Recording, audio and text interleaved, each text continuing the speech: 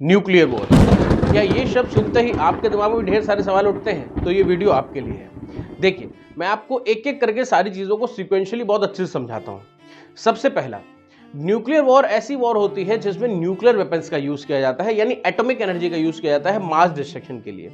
Nuclear weapons basically दो तरीके के होते हैं, एक होते हैं फिजन बॉम्ब और एक होते हैं फ्यूजन बॉम्ब। जो फिजन बॉम्ब होते हैं उसमें यूरेनियम और प्लूटोनियम के एटम्स को ब्रेक करके एनर्जी रिलीज होती है और वो बहुत मैसिव अमाउंट ऑफ एनर्जी होती है। जबकि जो फ्यूजन बॉम्ब होते हैं उसमें फ्यूजन रिएक्शन को यूज किया जाता है फ्यूजन रिएक्शन को ट्रिगर करने के लिए, और हाइड्रोजन एटम्स को फ्यूज किया जाता है जिससे बहुत सारी एनर्जी रिलीज होती है और वो और भी ज्यादा कैटास्ट्रॉफिक होते हैं। तो हमारे पास करंटली वर्ल्ड में 9 ऐसी कंट्रीज हैं जिनके पास फ्यूजन बॉम्ब अवेलेबल है, जिनमें से US, Russia, China, France, UK, India, Pakistan, north Korea and Israel शामिल हैं।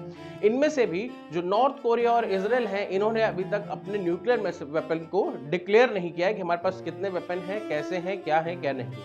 5 ऐसी कंट्रीज हैं जिनके पास हाइड्रोजन बॉम्ब है, जो कि US, Russia, China, France and UK. तो अगर हम लोग देखें तो सिर्फ इन कंट्रीज के पास ही न्यूक्लियर वेपन्स क्यों हैं? सारी कंट्रीज न्यूक्लियर वेपन्स क्यों नहीं बना लेती? तो उसके पीछे दो बड़ी समस्याएं हैं जो हमको देखनी पड़ेंगी। सबसे पहली, न्यूक्लियर वेपन बनाने के लिए 3 ऐसे पिलर हैं जो एक कंट्री के पास होने चाहिए, जिसके बिना वो न्यूक्लियर वेपन नहीं बना सकते। Number 1 is fuel. ये सबसे कठिन चीज है, फ्यूल को एक्वायर करना। हर कंट्री के पास यूरेनियम और प्लूटोनियम नहीं होता, उसको कहीं ना कहीं से उसे परचेज करना पड़ता है। और इसकी परचेज ऐसी नहीं है कि आप क्रूड ऑयल किसी भी कंट्री से खरीद सकते हो। इसकी परचेज के लिए आपको बहुत सारी इंटरनेशनल एजेंसी से परमिशन लेनी पड़ती है। तो मान लीजिए आपने इसको परचेज किया, परचेज करने के बाद जो दूसरी प्रॉब्लम है वो है फिजिकल पैकिंग, यानी कि आप इस न्यूक्लियर फ्यूल को कैसे पैक करोगे एक कॉम्पैक्ट रीजन में कि आप उसे बॉम्ब की तरह यूज कर पाओ और वो आपके ही अगेंस्ट ना हो जाए। तीसरी है डिलीवरी। जिस कंट्री के पास भी न्यूक्लियर वेपन होता है उसको ट्रिपल डिलीवरी या ट्रायड तैयार करना पड़ता है, जो कि जमीन से, पानी से और हवा से, यानी कि नेवी, एयरफोर्स और आर्मी तीनों से हम उसको फायर कर सकें, ताकि अगर कंट्री पे आपके हमला होता है तो आप किसी भी तरफ से दूसरी कंट्री पे रिटेलिएट कर सकते हो। तो ये तो हुई एक समस्या, लेकिन हर कंट्री को फ्यूल अवेलेबल क्यों नहीं होता? तो उसके लिए हमें जाना पड़ेगा 1970 में। 1970 में एक ट्रीटी साइन हुई थी, NPT, that is treaty for non proliferation of atomic energy, या एटॉमिक जो हमारे मिसाइल्स है उसके। तो ये ट्रीटी ये कहती है कि आपकी कंट्री को फ्यूल मिलेगा, लेकिन उस फ्यूल का यूज आप सिर्फ इलेक्ट्रिसिटी जनरेशन में कर सकते हो और न्यूक्लियर वेपन बनाने में नहीं कर सकते हो। अगर आप ये ट्रीटी साइन नहीं करोगे तो आपको फ्यूल नहीं मिलेगा। इस ट्रीटी को 191 कंट्रीज ने साइन किया, जिनमें से 4 ऐसी कंट्रीज थी जिसने इस ट्रीटी को कभी साइन ही नहीं किया। कौन कौन सी? इंडिया, पाकिस्तान, इजराइल और साउथ सुडान। साथ ही साथ एक ऐसी कंट्री है जिसने इस ट्रीटी को साइन तो किया था, लेकिन उसने वापस से अपना नाम बाहर कर लिया, और वो है नॉर्थ कोरिया।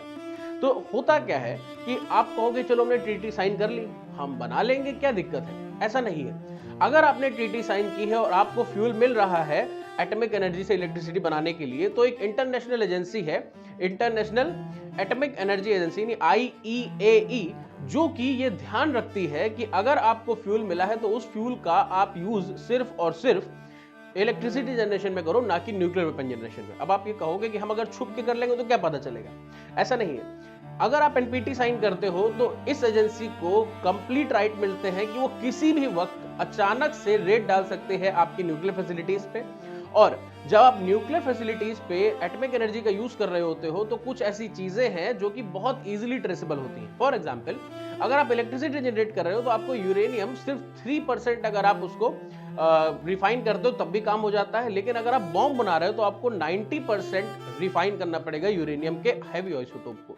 तो ये जो एजेंसी है ये आपके आइसोटोपिक रेशियो से पकड़ लेगी कि आप कहीं ना कहीं कोशिश कर रहे हो बॉम्ब बनाने की। दूसरी, ये रेगुलरली हर कंट्री की न्यूक्लियर फैसिलिटी को सैटेलाइट के जरिए रेडियो थर्मल फॉर्म में जज करती रहती हैं कि कहां टेम्परेचर कितना बढ़ रहा है, क्योंकि अगर आप एटॉमिक एनर्जी से वेपन बनाने की कोशिश कर रहे हो तो जो टेम्परेचर है वो वहां पे राइज होता हुआ दिखेगा और वो आपको वहां से पकड़ लेगा।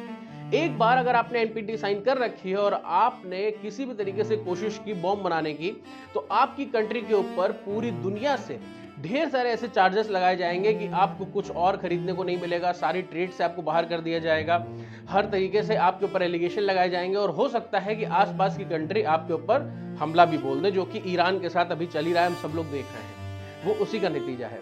लेकिन आप ये कहोगे नॉर्थ कोरिया ने अपना नाम बाहर ले लिया और उसके बाद बना लिया तो क्या फर्क है? ऐसा नहीं है। नॉर्थ कोरिया ने ऐसा करने से पहले अपनी इकोनॉमी को क्लोज किया, उसने बाहर से सारी ट्रेड बंद की और उसके बाद उसने न्यूक्लियर वेपन बनाया। तो कैसे लगा आपको ये सारी चीजें? अगर आपको ये इन्फॉर्मेटिव लगी हो then do like, share and subscribe to all about facts. Thank you so much.